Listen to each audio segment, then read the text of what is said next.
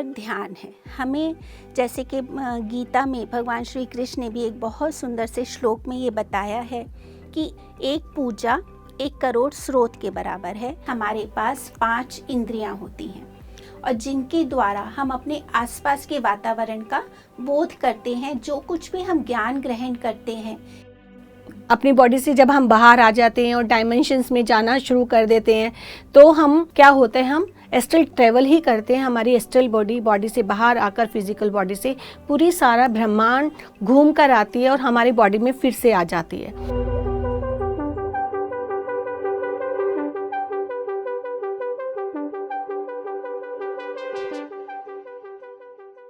नमस्ते दोस्तों, पीएमसी हिंदी के संपूर्ण स्वास्थ्य की श्रृंखला में आप सभी का बहुत बहुत स्वागत है। मैं निधि गुप्ता। मैं स्नेह गुप्ता। आज हम स्पिरिचुअल टैबलेट के खजाने में से 2 टैबलेट्स आपके लिए लेकर आए हैं, जिसमें से पहली टैबलेट है common sense and spiritual experience और दूसरी टैबलेट है वॉरियर एंड नॉन वॉरियर। तो पहले हम बात करते हैं common sense and spiritual experience की। तो दोस्तों, जैसे नाम से ही पता चल रहा है, कॉमन सेंस यानी कि हमारा सामान्य ज्ञान। तो स्नेह जी, हम दिन भर में अपने जो भी काम करते हैं, छोटे से छोटा या बड़े से बड़ा कुछ भी हम काम करते हैं, वो सब कुछ हमारे इस सामान्य ज्ञान के अंतर्गत आता है। अगर हमें प्यास लग रही है तो हम पानी पी रहे हैं। इस तरह से हम जो कुछ भी कार्य करते हैं, ये सब हमारे सामान्य ज्ञान के अंतर्गत आता है। अब हमारा स्पिरिचुअल एक्सपीरियंस क्या है, यानी कि हमारा आध्यात्मिक अनुभव, ये हमें कब होते हैं, कब हम इनको अपने जीवन में एक्सपीरियंस करते हैं।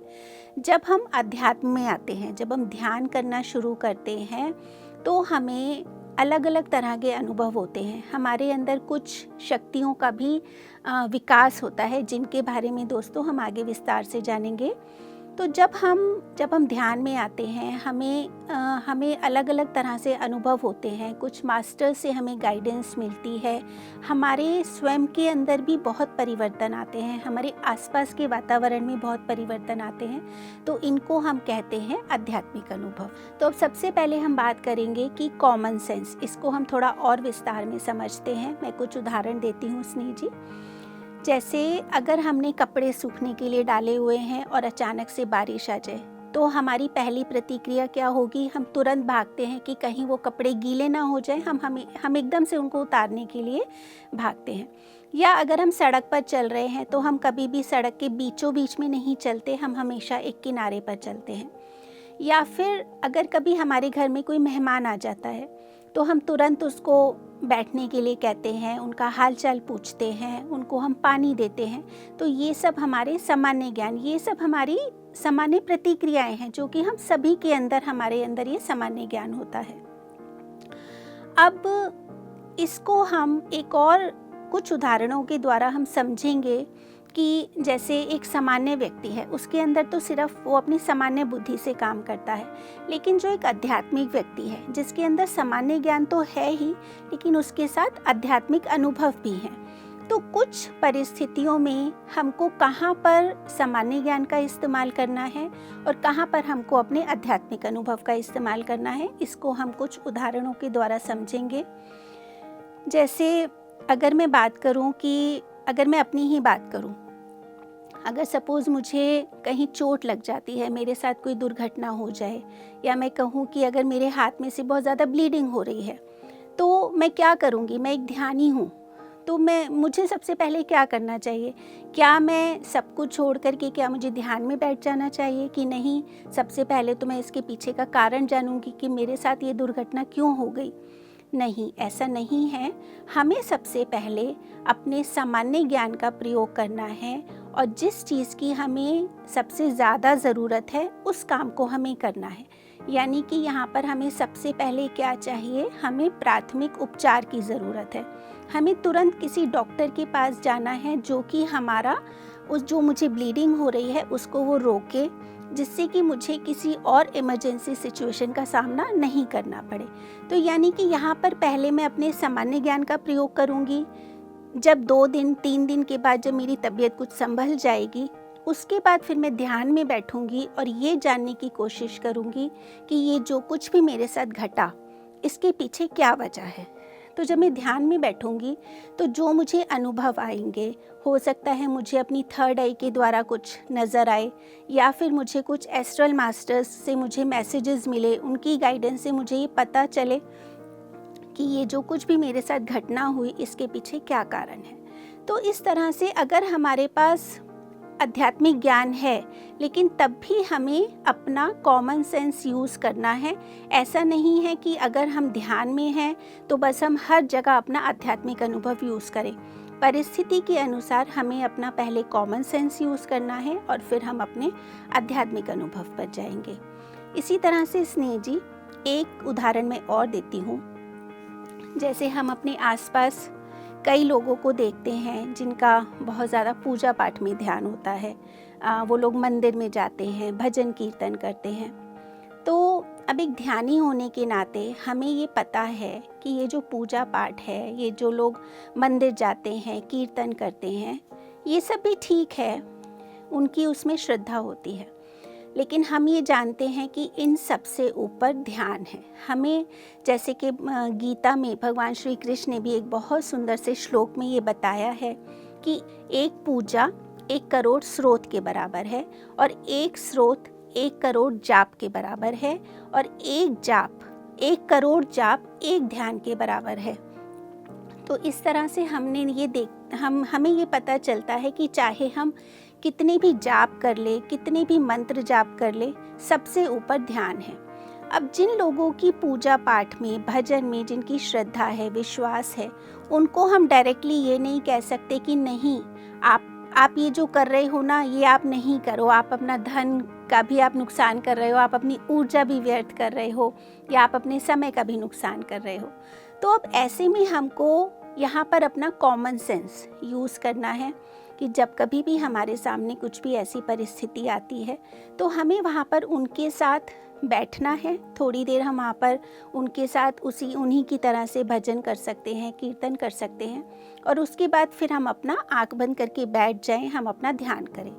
अब उसके बाद क्या होगा, जब वो लोग हमें ऐसा करते हुए देखेंगे और अगर वो हमसे ये पूछते हैं कि हम लोग तो इस तरह से कर रहे थे लेकिन आप आंख बंद करके बैठे थे, तब हम उनको ये समझा सकते हैं कि जिस तरह से आप अपने भगवान के सामने हाथ जोड़ते हो, प्रार्थना करते हो, तो आप तो सिर्फ 5 या 10 सेकंड के लिए आप आंख बंद करते हो और आप खोल देते हो, और उसी काम को मैं थोड़ा सा ज़्यादा देर के लिए करता हूँ। मैं 15 मिनट, 20 मिनट, मैं आधा घंटा तक मैं आंख बंद करके बैठता हूँ और अपने अंदर अपने भगवान के साथ जुड़ता हूँ, और जो कुछ भी मुझे चाहिए, जो कुछ भी मुझे उनके साथ बात करनी है, मैं इस तरह से कहता हूँ। तो इसी को ध्यान कहते हैं। तो अगर हम इस तरह से दूसरों को समझाते हैं अपना कॉमन सेंस यूज़ करके और अपने आध्यात्मिक अनुभव को यूज़ करके, तो सामने वाले कि हम विश्वास को भी हम ठेस नहीं पहुंचा रहे हैं और वो हमारी बात सही से समझ भी जाता है। तो स्नेह जी, यहाँ पर ये जो हमारा सामान्य ज्ञान है, ये सभी स्तर की आत्माओं का एक कुल योग होता है। यानी कि इस धरती पर जितनी भी जीवात्माएं हैं, चाहे तो वो पशु पक्षी हों, जानवर हों, पेड़ पौधे हों, या फिर हम मनुष्य जाति के लोग हों, हम सभी का एक जनरल कॉमन सेंस होता है, जिसको हम अलग अलग जगह, अलग अलग परिस्थिति और अलग अलग समय के अनुसार हम उसको अपने प्रयोग में लाते हैं। निधि जी, आपने बिल्कुल ठीक कहा, क्योंकि क्या होता है, हम अपनी परिस्थिति, अपनी सिचुएशन, टाइम, ग्रुप और प्लेस के अकॉर्डिंग अपने कॉमन सेंस या स्पिरिचुअल अनुभव का प्रयोग करते हैं। क्योंकि प्रापंचिक जीवन में क्या होता है दोस्तों, वो सिर्फ कॉमन सेंस यूज़ करते हैं कि हमें अपने ज्ञान के अनुसार, अपनी परिस्थिति के अनुसार हमें अपने ज्ञान को प्रयोग करना। लेकिन जब हम आध्यात्मिकता में आ जाते हैं तो ये दोनों चीज़ें हमारे पास होती हैं। हमारे पास कॉमन सेंस भी है और स्पिरिचुअल एक्सपीरियंस भी है। आपने एक और बहुत अच्छी बात बताई कि हम जब भजन कीर्तन में जाते हैं और इस तरह से हम वहाँ पर ध्यान कर सकते हैं, लोगों को जागरूक कर सकते हैं। क्योंकि क्या है, जब हमने ये जाना कि हम विषयानंद लेते हैं, भजानंदन भी लेते हैं और साथ में हम ब्रह्मानंद भी लेते हैं, तो शरीर के द्वारा हम कीर्तन में गए क्योंकि वो हमारी शरीर की इच्छा थी कि हम वहाँ जाएं।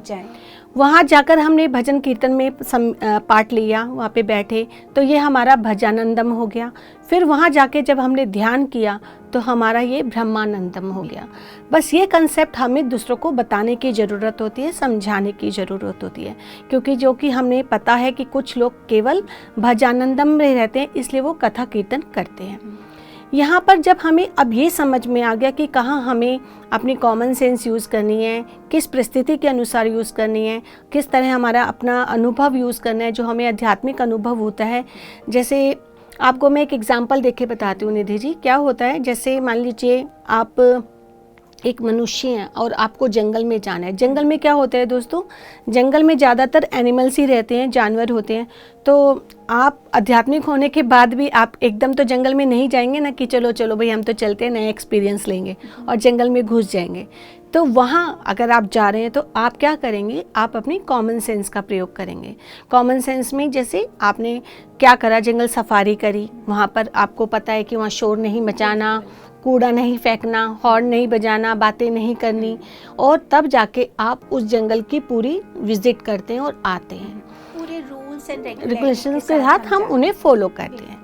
इसी के विपरीत अगर कोई एनिमल हमारे एरिया में आ जाता है कई बार, क्योंकि उसमें कॉमन सेंस नहीं है, उसमें बुद्धि नहीं है, बुद्धि का विकास नहीं होता जानवरों में, वो अचानक से अपना एरिया छोड़कर, जैसे हमें उनके एरिया में जाने की परमिशन नहीं होती, हम वहाँ नहीं जा सकते और उनके वहाँ जाने से उनके बीच में उथल पुथल हो जाएगी, ऐसे ही हमारे यहाँ उनके आने से उथल पुथल हो जाएगी। मान लीजिए कोई हमारे एरिया में एनिमल आ गया, कई बार शेर आ जाता है या कोई हाथी आ जाता है, तो क्या होता है, हम सब एकदम तितर बितर होते हैं, डर के मारे भागने लगते हैं, वन विभाग को फ़ोन करते हैं। ये हमारी कॉमन सेंस होती है कि हम पहले रेस्क्यू ऑपरेशन करें, उस एनिमल का रेस्क्यू विभाग को वहाँ बुलाएं और उनको वन के पास या जंगल के पास उन्हें छुड़वाएं।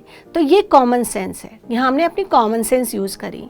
अब हम एक और उदाहरण लेते हैं निधि जी, जैसे कि हम किसी की शोक सभा में जाते हैं, एक तरफ हम प्रापंचिक लोगों को रखते हैं और दूसरी तरफ हम आध्यात्मिक लोगों को रखते हैं। किसी प्रापंचिक के हम शोक सभा में जा रहे हैं, हम आध्यात्मिक हैं, अब वहाँ गए या तो हम शांति से बैठ जाएंगे या हम क्या करेंगे, वहाँ जाकर उनको अपना भाषण, अपना ज्ञान देने लगेंगे कि कोई बात नहीं, ऐसा होता है, मृत्यु के बाद अगला जीवन होता है, आप शोक ना करें। वो तो इंसान पहले ही इतने विलाप में है और हम अपना स्पिरिचुअल एक्सपीरियंस उसके साथ वहाँ शेयर करें या ज्ञान साझा करें, तो वो हमारे साथ, आप बताइए क्या व्यवहार करेगा। ये वो सही समय नहीं होता ना स्नेह जी, वो समझना चाहकर भी हमारी बात नहीं समझेंगे, तो इस समय हमें अपनी कॉमन सेंस को यूज करना है। या तो आप वहाँ पर पूरी तरह से शांत होकर बैठ जाइए या आप थोड़ा सा उन्हें सांत्वना दीजिए, प्यार से बोलिए, इस तरह से आप व्यवहार करेंगे।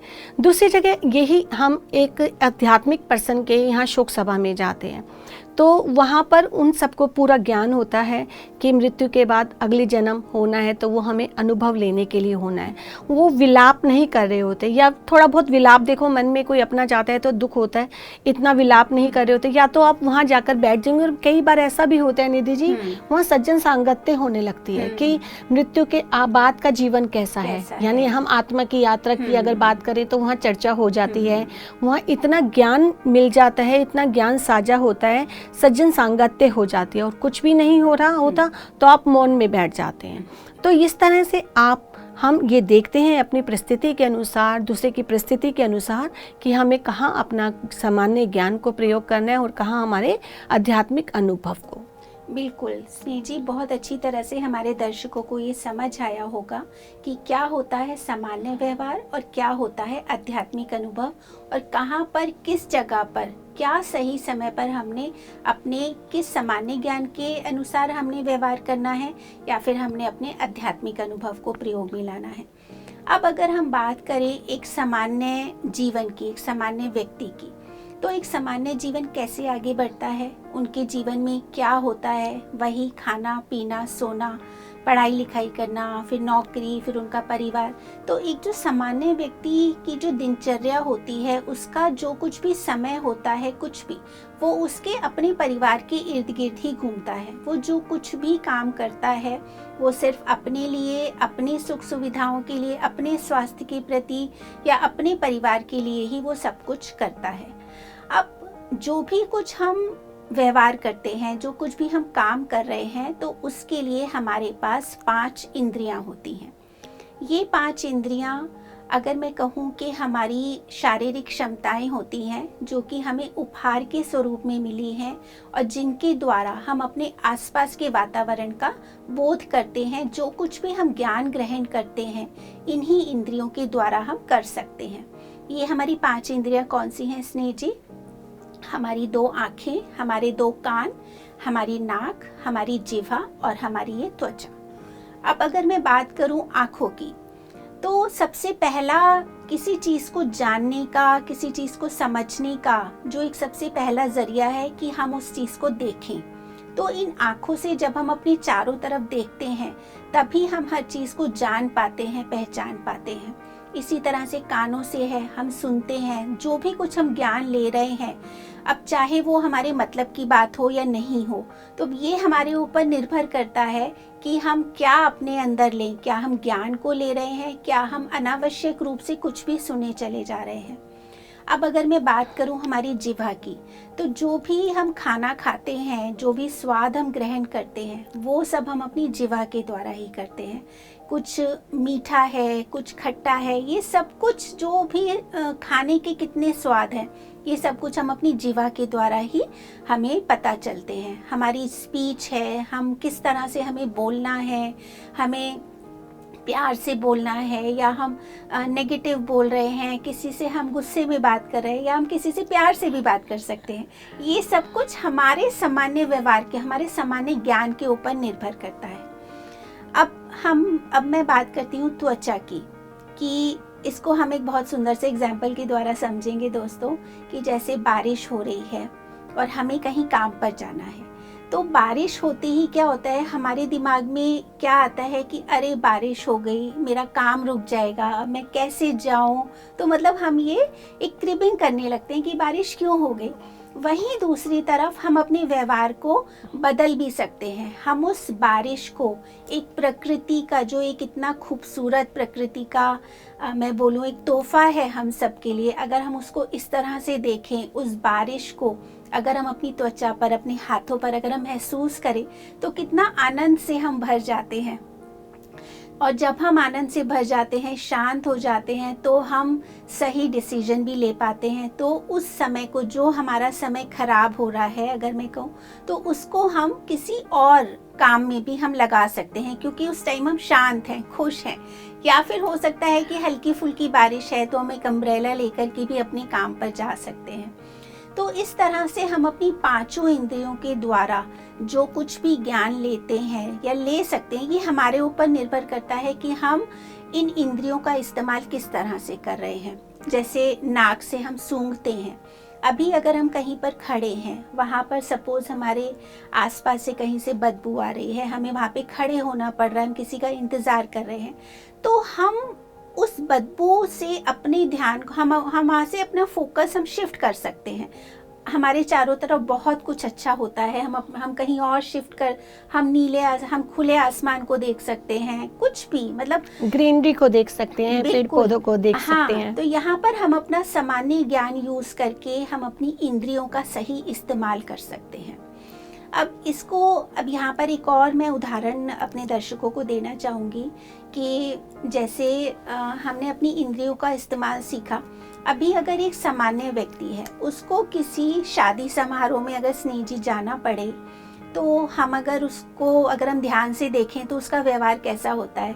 वो खूब अच्छे से तैयार होकर, अपने बेस्ट कपड़े पहनकर, बेस्ट ज्वेलरी पहनकर तैयार होकर वो इस तरह से किसी भी शादी समारोह में जाता है। और अगर हम उसकी तरफ देखें तो वो हर तरफ मतलब अपना एक तरह से प्रदर्शन करता है कि मेरे पास ये भी है, वो भी है, खूब बातें करते हैं, हंसी मजाक करते हैं। अगर हम इसको अपनी भाषा में बोलें कि वो एक तरह से अपनी ऊर्जा का अनावश्यक रूप से उपयोग करता है, लेकिन वो उसकी दृष्टि में वो उसका सामान्य व्यवहार है। अभी अगर यही परिस्थिति एक आध्यात्मिक व्यक्ति के सामने आती है और उसको ऐसे किसी शादी समारोह में जाना पड़ता है, तो बिल्कुल इसके विपरीत उनका व्यवहार कैसा होता है, बिल्कुल सिंप्लिसिटी के साथ, बिल्कुल सादगी के साथ वो उस समारोह में जाते हैं, सबके साथ बातें करते हैं, पूरा आनंद भी वो वहाँ पर लेते हैं, लेकिन उनको पता है कि मुझे किससे कितनी बात करनी है। वो बिल्कुल जितनी ज़रूरत है उतनी ही बात करते हैं, अनावश्यक रूप से बात नहीं करते, अपनी ऊर्जा को खर्च नहीं करते। तो इस तरह से इन दोनों के व्यवहार में हमने देखा किस तरह से अंतर है, यानी कि जो सामान्य व्यवहार है वो हम अपनी समझ के अनुसार हम उसका इस्तेमाल करते हैं। जिस तरह से आध्यात्मिक व्यक्ति एक संतुलन बना करके चलता है, जैसे कि हमारा पत्री सर का भी कॉन्सेप्ट है। सर कहते हैं ना कि हमारे 2 कान हैं और 1 मुंह है, तो हमें सुनना ज़्यादा है, बोलना कम है, हमें मौन में ज़्यादा रहना है। जितनी ऊर्जा हमारे अंदर है उसको हमने बचा कर रखना है, कहीं भी अनावश्यक रूप से खर्च नहीं करना है। निधि जी, आपने बहुत ही अच्छी तरीके से हमें समझाया कि कॉमन सेंस और स्पिरिचुअल एक्सपीरियंस हमें कैसे प्रयोग करना है। जैसे आपने बताया निधि जी कि कॉमन सेंस हम अपने एक सामान्य व्यक्ति जो होता है या प्रापंचिक व्यक्ति जो होता है वो केवल अपनी 5 इंद्रियों के साथ रहता है, जिसका आपने बहुत अच्छे से वर्णन किया। दोस्तों, जब हम आध्यात्मिकता में आ जाते हैं तो इन 5 इंद्रियों के अलावा हमें और 5 इंद्रियां, अतीन्द्रियां मिल जाती हैं, क्योंकि जब आप ध्यान करते हो, आपको ज्ञान होता है, तो धीरे धीरे आपके पास और एक्स्ट्रा पावर्स आपको मिलने लगती हैं। जैसे आपको कहें इंट्यूशन पावर, थर्ड आई, एस्ट्रल ट्रेवल, टेलीपैथी, क्लेयरवॉयंस, इस तरह की आपके पास पावर्स आ जाती हैं। लेकिन क्या होता है, हम ये पावर्स आपके पास इंट्यूशंस पावर या थर्ड आई विजन्स तो ज़्यादातर आपको प्रापंचिक जीवन में भी मिलते हैं, लेकिन हमें जब ज्ञान नहीं होता, अनुभव नहीं होता, तो हमें इनके बारे में पता नहीं चलता। तो हमें जब हम प्रैक्टिस करते हैं, जब हम ध्यान में आते हैं और ये हमें पावर्स मिलती हैं, तो ऐसे नहीं ये पावर्स मिली और हम इनका सदुपयोग कर लेंगे, कहीं भी किसी के लिए प्रयोग कर लेंगे, ऐसा नहीं होता निधि जी। क्योंकि जब ये हमारे पास पावर्स आती हैं तो हमें इनको बहुत देख के इस्तेमाल करना होता है, इनकी बहुत अच्छे से प्रैक्टिस करनी होती है। जैसे हमने सुना है कि करत करत अभ्यास के जड़मती होत सुजान, रसरी आवत जात से सिल पर परत निशान। कि जब आप बार बार अभ्यास करते हो, बार बार प्रैक्टिस करते हो, तब आके जाकर आप परफेक्ट होते हो। तो इसलिए आपको अपनी इन 5 पावर्स का पूरी तरह से सदुपयोग करना है। कैसे प्रैक्टिस करनी है हम थोड़ा थोड़ा सा आपको यहाँ समझाते हैं। जैसे आपको इंट्यूशंस पावर हो रही है, आपको किसी का कई बार होता है आभास होने लगता है, हम ऐसे ही बोलने लगते हैं कि आज मैं आपके बारे में सोच ही रही थी और आप आ गई, ये हो गई आपकी intuition power. Third eye vision, जब आप अपनी फिजिकल आईज के बिल्कुल बियॉन्ड देखने लगते हैं। जैसे हम जो पर्दे के सामने देख रहे हैं, मैं और आप जैसे सामने बैठे हैं, मैं आपको देख रही हूँ, आप मुझे देख रहे हो, लेकिन इस पर्दे के पीछे क्या है हम फिजिकल आइज के अलावा भी पीछे तक देख सकते हैं। उसका कारण क्या है, जो हमारे सामने सिचुएशन आई है उसका हम जब कारण जानने लगते हैं तो ये हमारे थर्ड आई विजन होते हैं। ऐसे ही हमारी टेलीपैथी, जब हम मन के विचारों को दूसरों को देने लगते हैं। जैसे इसकी प्रैक्टिस हम बहुत अच्छे छोटे बच्चों के साथ कर सकते हैं। छोटे बच्चे, जैसे आपने देखा होगा, अगर हम गोदी के बच्चे लें तो वो हमारे पास मान लीजिए लेटे हुए हैं, उनका फेस उधर है और आप भी उनके बराबर में लेटे हैं, as a mother, as a father या और एज ए कोई भी रिलेटिव। और आप उनके साथ कैसे प्रैक्टिस करेंगे निधि जी, कि आप मन में उनको बोलेंगे मेरी तरफ देखो, मेरी तरफ देखो, मेरी तरफ देखो, और सडनली बच्चे ने ऐसे फेस आपकी तरफ कर दिया, तो आपको ऐसा लगेगा जैसे आपने उसको आवाज दी और उसने आपकी तरफ एकदम देखा, उसका फेस एकदम ऐसे हो गया। तो ये जो होता है ना, मन के भावों के द्वारा जब आप विचार देते हैं, टेलीपैथी, इस तरह से हम प्रैक्टिस करते हैं। और इसका यहाँ पर मेरा एक छोटा सा अनुभव है निधि जी, मैं वो जरूर बताना चाहूँगी। टेलीपैथी का क्या होता है निधि जी, हमारे घर में जैसे कई बार लिजार्ड आ जाती है, छिपकली जैसे हम बोलते हैं, पहले वो जाती नहीं थी, धीरे धीरे मैंने उनके साथ कनेक्टिविटी स्टार्ट करी कि प्लीज़ आप जाओ, हाथ जोड़कर उनसे मैं रिक्वेस्ट करती हूँ। बहुत फनी है, लेकिन ये होता है कि भाई आप जाओ, आप जंगल में जाओ या पार्क में जाओ, आपको घर में नहीं रहना चाहिए, मैं आपसे डरती हूँ, आप भी मेरे से डरती हो, तो प्लीज़ आप चले जाओ। और आप बिलीव नहीं करोगे निधि जी, वो विद इन 1 आवर मुझे नज़र नहीं आती। मतलब ये मैंने एक बार नहीं दोस्तों, कई बार इसको आजमाया और वो छिपकली मेरे घर से चली जाती है, मुझे नज़र नहीं आती। तो ऐसे इस तरह के टेलीपैथी की हम प्रैक्टिस कर सकते हैं अपने मन के विचारों। ऐसी एस्ट्रल ट्रेवल जब हम अपनी बॉडी से बाहर आ जाते हैं और अपनी बॉडी से जब हम बाहर आ जाते हैं और डायमेंशंस में जाना शुरू कर देते हैं, तो हम क्या करते हैं, अलग अलग जैसे डायमेंशंस में जाते हैं। जैसे ड्रीम्स में भी क्या होता है, हम एस्ट्रल ट्रेवल ही करते हैं। जितनी भी ड्रीम्स हैं हम उसमें ट्रेवल ही करते हैं। हमारी एस्ट्रल बॉडी से बाहर आकर फिजिकल बॉडी से पूरी सारा ब्रह्मांड घूम कर आती है और हमारी बॉडी में फिर से आ जाती है। तो ये स्थिति हमें जागरूकता में नहीं होती, लेकिन हम इसे ध्यान में बैठकर इसकी पूरी तरह से प्रैक्टिस कर सकते हैं। इसके लिए एक बहुत सुंदर सी बुक भी है लोमसंग रामपा जी की, यू फॉरएवर, जिसके बारे में आपने सुना होगा, जिसमें इस तरह की सारी शक्तियों के बारे में वर्णन किया गया। तो इस तरह की प्रैक्टिस को अगर हम अपने जीवन में लाते हैं तो हम बहुत सारे अनुभवों के साथ अपने आप को आगे बढ़ा सकते हैं। बिल्कुल स्नेह जी, ये जो आपने इतनी सारी अतीन्द्रियों की, ये जो हमारे अंदर आध्यात्मिक शक्तियाँ जागृत होती हैं, इसकी बात की, तो इससे हमारे अंदर एक शेयर कॉमन सेंस एक्टिव होता है, जिसको जैसे अभी आपने 360 डिग्री की बात की, तो शेयर कॉमन सेंस क्या है कि जैसे हम we can see beyond the wall, कि हम दीवार के दूसरी तरफ, हम सिक्के के दोनों तरफ हम देख सकते हैं, हम किसी भी पहलू को हम 360 डिग्री तक हम देख सकते हैं। इसको हम शेयर कॉमन सेंस कहते हैं। और ये जब हम अध्यात्म में आते हैं, हमारे अंदर जो आध्यात्मिक शक्तियाँ जागृत होती हैं, उससे हम इस शेयर कॉमन सेंस को अचीव कर सकते हैं। अब इसको हम एक दर्शकों को एक एग्जाम्पल के द्वारा मैं बताऊंगी कि जैसे हम सभी के घर में जैसे बच्चे होते हैं, पेरेंट्स बच्चों के लिए जब बच्चे बड़े हो जाते हैं शादी के लायक, उनके लिए एक परफेक्ट मैच ढूंढते हैं। अब यहाँ पर हम एक लड़की का एग्जाम्पल लेकर चलते हैं कि एक घर में लड़की है और उसके लिए माता पिता लड़का ढूंढ रहे हैं। अभी उनके पास अगर सपोज 4 या 5 चॉइसेस हैं, तो माता पिता की प्राथमिकताएं क्या होंगी? वो सबसे पहले ये देखेंगे कि लड़का देखने में कैसा है, उसके पास अपना घर है, उसके पास पैसा कितना है, अगर वो नौकरी करता है तो उसकी नौकरी कैसी है, अगर वो बिजनेस में है तो उसका बिजनेस कितना बड़ा है। तो यही एक आम माता पिता की प्राथमिकताएं यही होती हैं प्रापंचिक जीवन में, क्योंकि ऐसा ही होता है। तो हम सब अपने बच्चों को बेस्ट देना चाहते हैं, क्योंकि हम सिर्फ अपने कॉमन सेंस हम अपनी यहाँ पर यूज कर रहे हैं, सामान्य बुद्धि की, बस हमें धन और सुख सुविधाएं, हम सिर्फ उसी को प्राथमिकता देते हैं।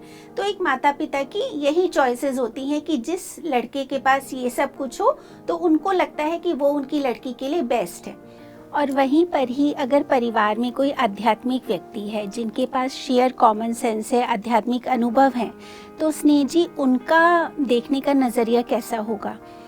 वो देखेंगे कि अभी बेशक जिस लड़के के पास शायद उसकी नौकरी वो थोड़ा सा नीचे लेवल पर है, उसके पास धन भी कम है, लेकिन वो फ्यूचर में बहुत अच्छा कर रहा है। वो अपनी थर्ड आई के द्वारा, अपने शेयर कॉमन सेंस के द्वारा वो ये देख पा रहे हैं, तो वो उस लड़के को चुनने के लिए कहेंगे। तो यहाँ पर कभी कभी स्नेह जी परिवार में आपस में विचारों में मतभेद भी हो जाता है, क्योंकि जो माता पिता हैं वो तो अपनी सामान्य बुद्धि से सोच रहे हैं, लेकिन जो वो आध्यात्मिक व्यक्ति जो फ्यूचर को देख सकता है, फ्यूचर के बारे में जान सकता है, वो ये समझता है कि अभी जो ये व्यक्ति है इसको चुनना उनके लिए बेस्ट ऑप्शन होगा। तो ऐसे ही होता है जब कोई व्यक्ति ध्यान में नया आता है, तो जब उसको ध्यान में आध्यात्मिक अनुभव होने लगते हैं, तो वो इस डिलेमा में होता है कि वो अपने सामान्य व्यवहार को इस्तेमाल करे या फिर जो उसको अनुभव आ रहे हैं वो उसके इस्तेमाल करके वो उसको व्यवहार में लाए।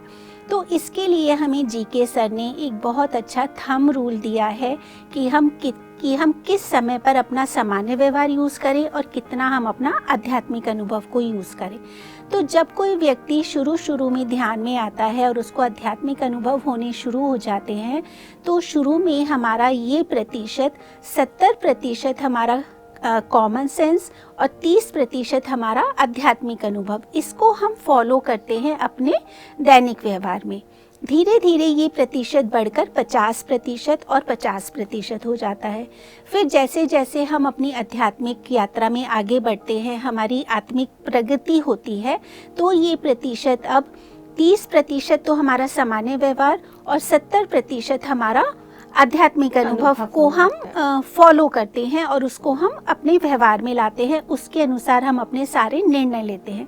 और धीरे धीरे एक स्टेज ऐसी आती है जब हम योगी बन जाते हैं, जब हम मास्टर बन जाते हैं, और उस समय हम पूरा 100% अपने आध्यात्मिक अनुभव को फॉलो कर सकते हैं। तो इस तरह से हमें अपनी आध्यात्मिक यात्रा में आगे बढ़ना है, इस थंब रूल को फॉलो करते हुए।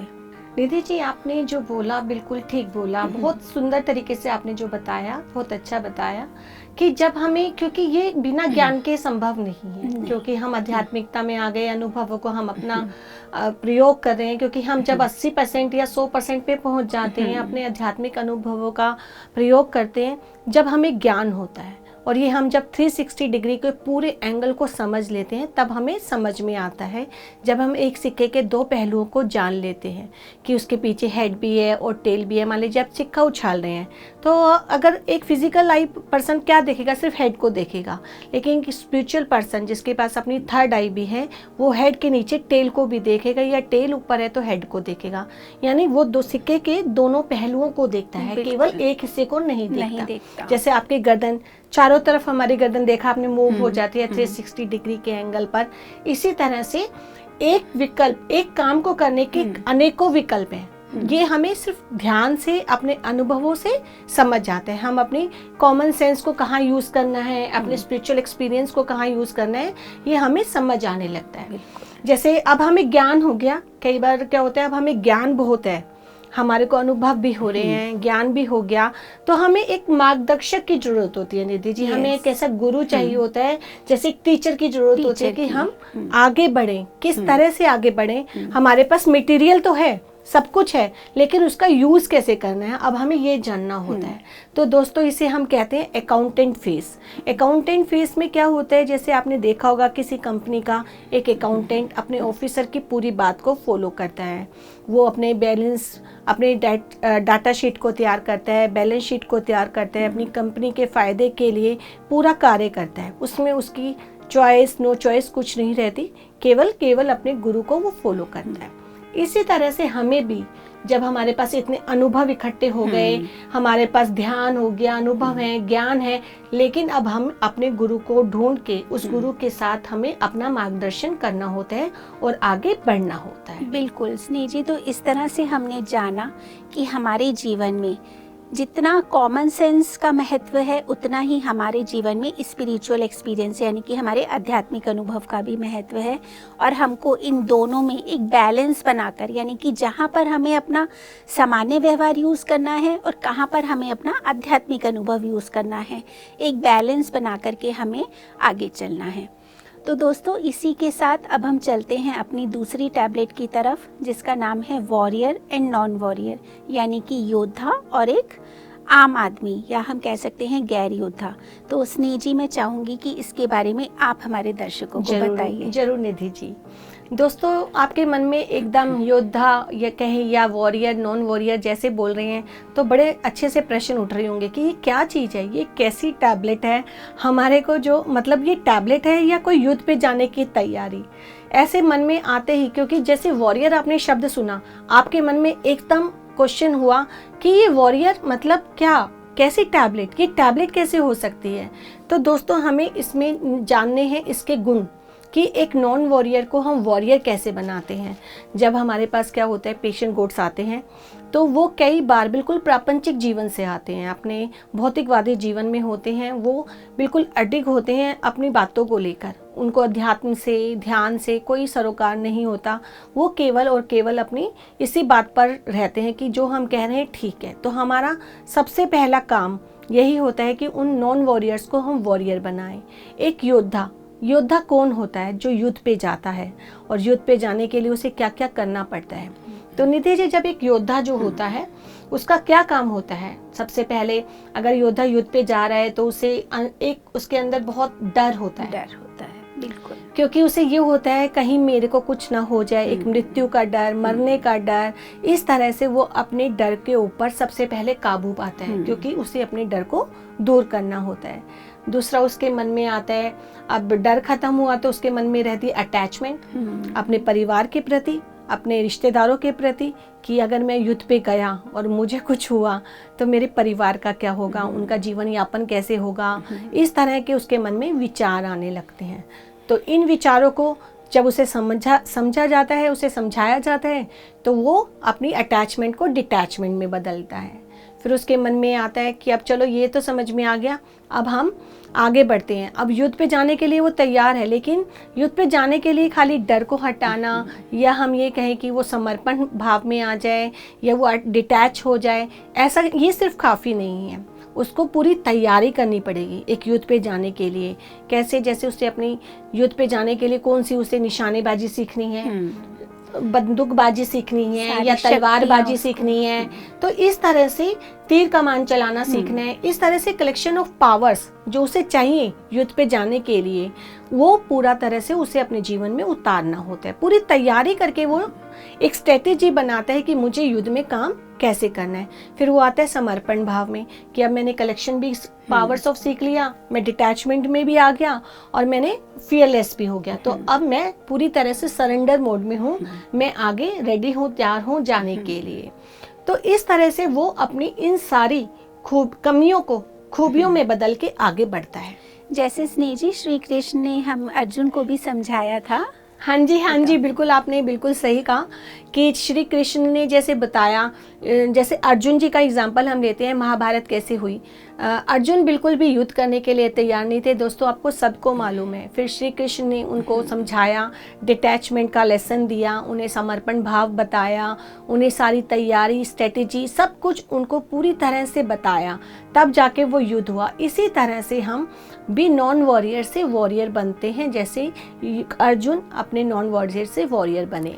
बिल्कुल स्नेह जी, इतने सुंदरता के साथ आपने एक योद्धा की हमें सारी खूबियां बताई कि किस तरह से एक योद्धा युद्ध में जाने के लिए अपनी सब पावर्स का अपने अंदर एक एक करके सब गुणों को अपने अंदर लेता है, तब कहीं जाकर वो एक युद्ध के लिए तैयार होता है। अगर मैं कहूँ कि एक निडरता और एक जैसे उसके अंदर भय नाम मात्र को भी नहीं होता, तो बहादुरी और निडरता अगर उसके वो गहने हैं, उनके साथ वो किसी भी युद्ध में जाता है तो वो वहाँ पर विजय हासिल करता है।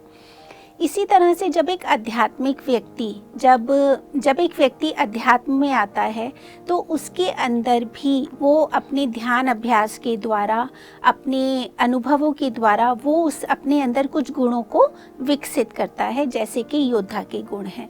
जिसमें से पहली मैं बात करूं कि कोई भी डर अगर हमारे अंदर है तो उसके ऊपर हमको विजय पानी है, क्योंकि हमारे अंदर अगर किसी भी चीज़ का डर होगा तो हम उसके आगे कुछ भी नहीं कर पाएंगे।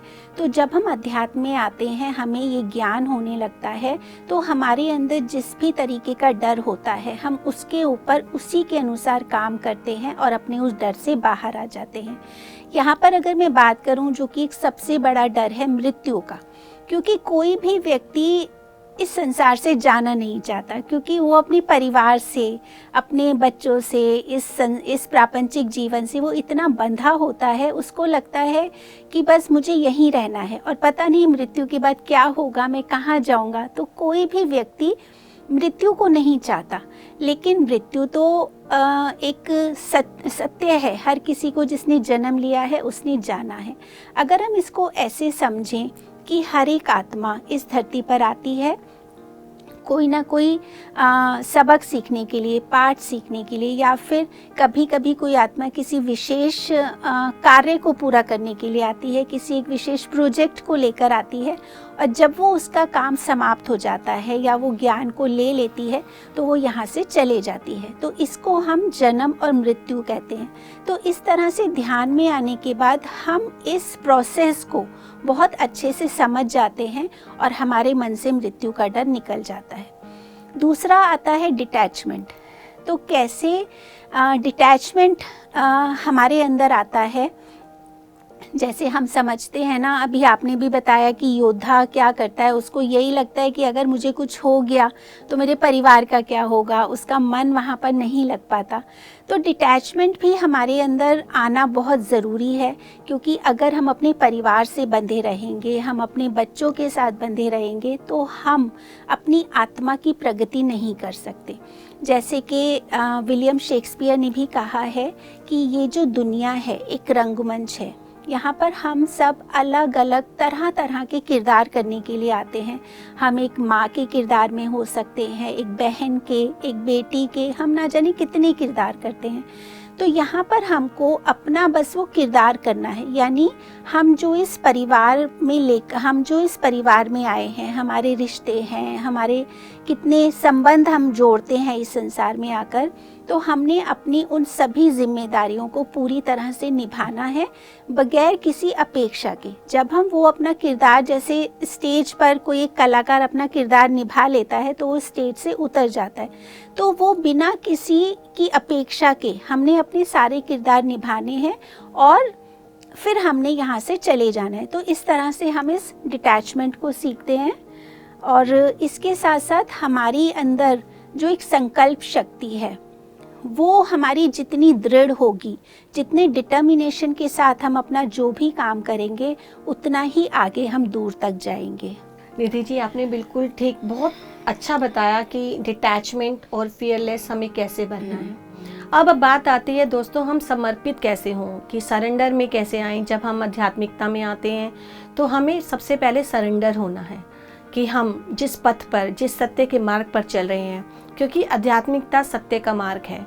इस मार्ग पर चलने पर ऐसा नहीं है कि ये रास्ता बहुत सीधा है, थोड़ा कठिन है, क्योंकि जो रास्ते पर हम चलेंगे वहाँ कठिनाइयाँ तो आएंगी। तो ये हमारा पहले दृढ़ संकल्प हमें लेना होगा कि आज हम इस रास्ते पर निकल रहे हैं, तो हम पूरी तरह से, पूरी निष्ठा के साथ इस पर आगे बढ़ेंगे। या हम जो भी कार्य कर रहे हैं, चाहे वो हम ध्यान कर रहे हैं, चाहे हम वो काउंसलिंग ले रहे हैं, उसको पूरी निष्ठा के साथ करेंगे। तो जब हम ये निष्ठा हमारे अंदर आ जाती है, दृढ़ संकल्प हमारे अंदर आ जाता है निधि जी, तो हम समर्पित भाव में आ जाते हैं, यानी हम सरेंडर मोड में आ जाते हैं।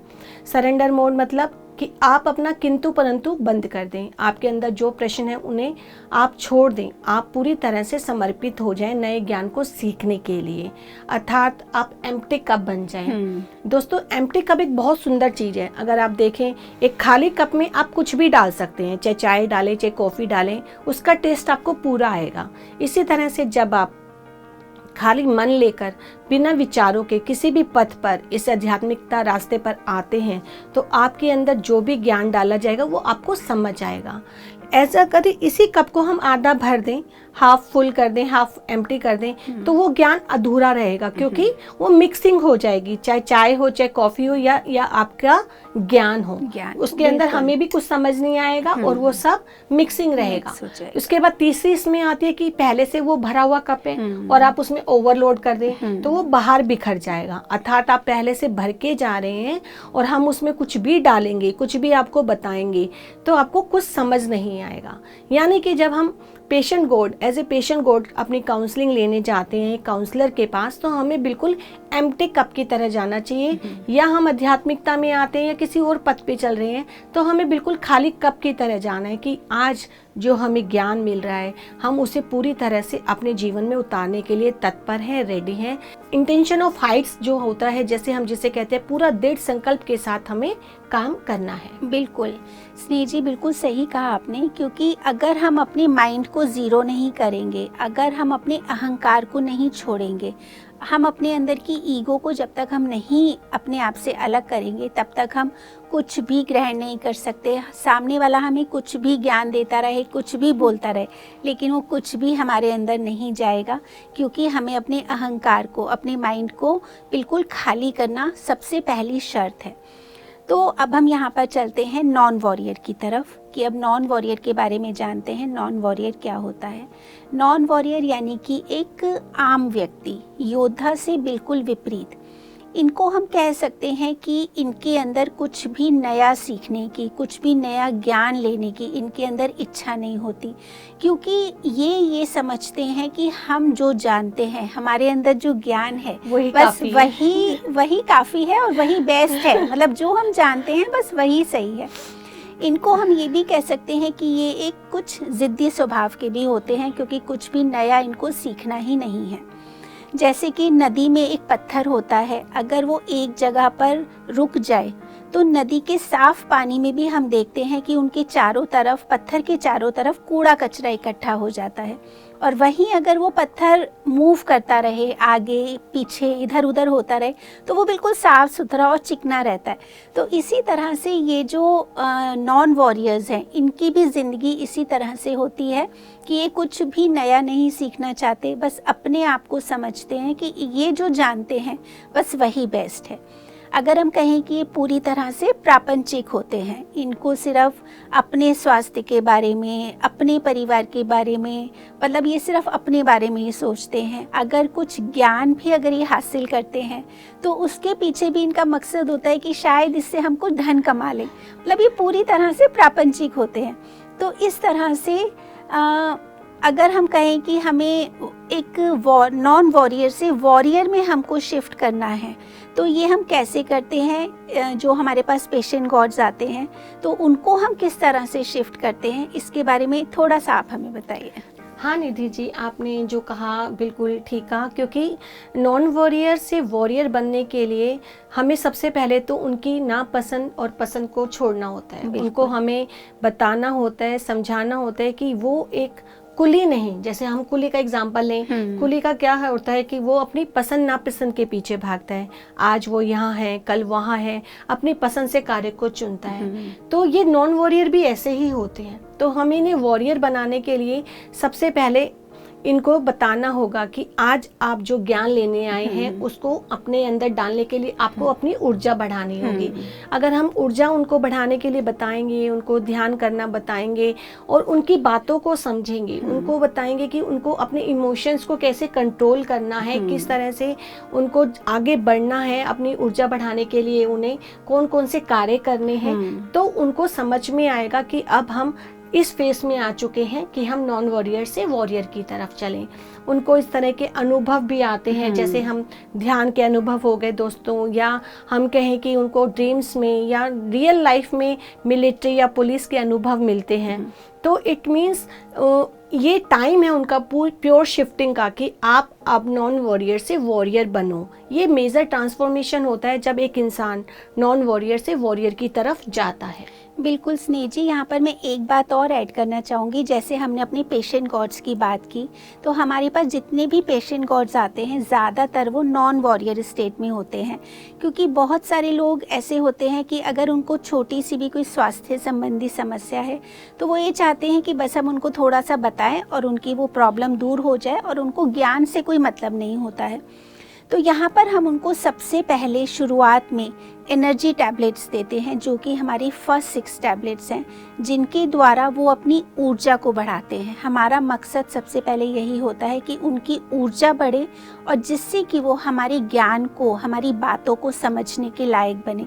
तो हमारी जो फर्स्ट 6 टैबलेट्स है, मेडिटेशन है, pyramid meditation, group meditation, full moon meditation, vegetarianism, इनके द्वारा हम पहले उनकी ऊर्जा को बढ़ाते हैं, उनके ऊर्जा स्तर को हम ऊंचा करते हैं, और उसके बाद फिर हम उनको विजडम टैबलेट्स देते हैं। उनकी जो भी बीमारियां हैं या जो भी वो जिस परेशानी के साथ भी वो आते हैं उसके अकॉर्डिंगली हम उनको विजडम देते हैं।